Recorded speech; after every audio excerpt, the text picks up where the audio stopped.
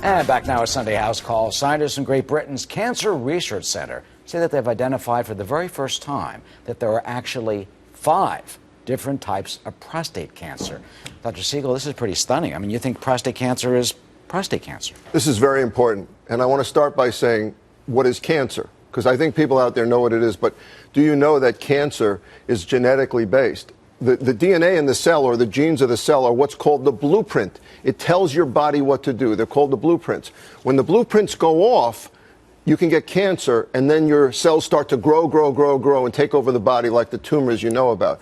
But now we're being able to study the genetics when things go wrong, Eric, and figure out which are the worst ones, which have the most mistakes, which of the genes in your cell has the most mistakes, causing the worst cancers. And when I send a patient to Dr. Samadi, or someone does, they want to know, not just do I need to have this prostate cancer out, but what's the worst one? Which is the one I need out the most? Which is the one I need out the least? Which one can I not have out? Up until now, it's been very, very hard to predict that. Now he may be able to say to his patients in the near future, you know what? This one you can wait on. This one I better get out right away. Can you really wait on a prostate cancer? Well, there are some prostate cancers that are slow growing, but I think that a lot of times we're using this close surveillance, and we have to be careful with this. Now with the new genetic testings, we'll be able to distinguish which one really has aggressive prostate cancer and which one is not. And the message to a lot of people out there who may have prostate cancer is to see the expert in this particular field, because not every urologist may deal with prostate cancer, etc. 230,000 new cases of prostate cancer. 30,000 still die from this. Our job is to prevent and distinguish who should be treated and who is not. And in our center in Manhattan, we have a lot of these tests. The genetic testing you do at your prostate cancer center, right? That's right, Arthel. So we probably have 4K tests. We have a lot of Oncotype DX, which is based on genetic testings. We have prolataris.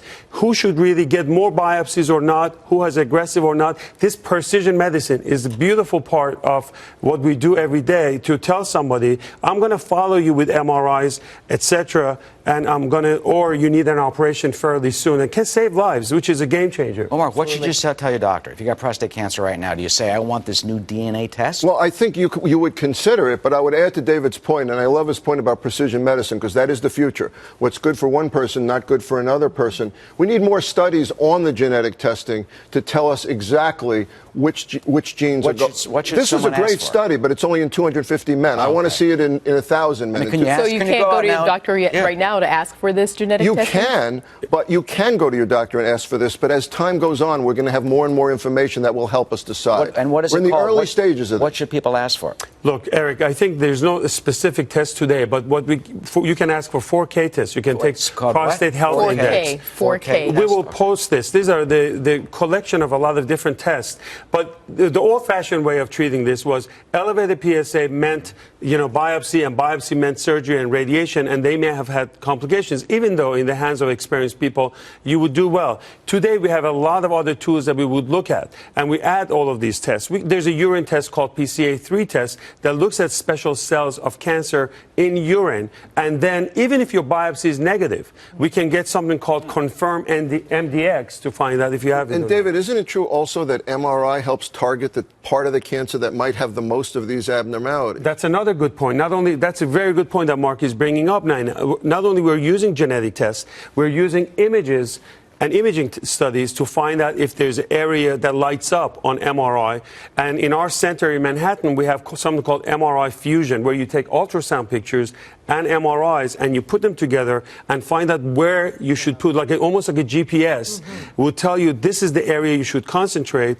And I think a lot of people, certainly for... Well, you know what's fascinating me, just listening to you doctors talk about this, it makes me, if I were to take a male patient, it seems like, you know what, guys, it's okay. Don't be afraid to get testing, because it's not necessarily a death sentence. So get tested.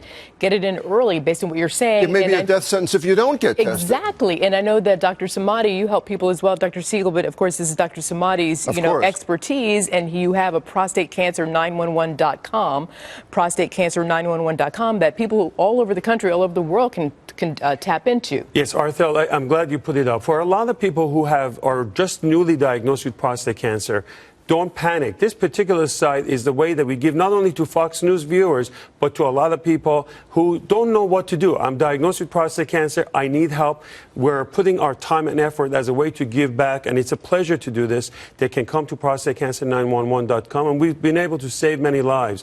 And Marc has also been extremely instrumental in his practice for screening, detection, and it's a great collaboration and has worked out tremendously well. To know when the patient needs to see him. All right. Very good. And 4K, the 4K test. Just ask for the genetic You testing. like that? First, that. you have to get your PSA Eric, first. you're Yeah, do you know Still what your waiting. PSA? You're right, that's PSA. true. What We're is still it? waiting on your PSA. That's the Eric. thing. I mean, anyone, do you know your PSA number? I mean, that's really important. We'll talk about that next week, maybe. Do you know yours? No, I don't know. Yes, you do. You get the blood test. doesn't You wanna got to tell bring us. it next week. You got to watch it. I know that. Okay.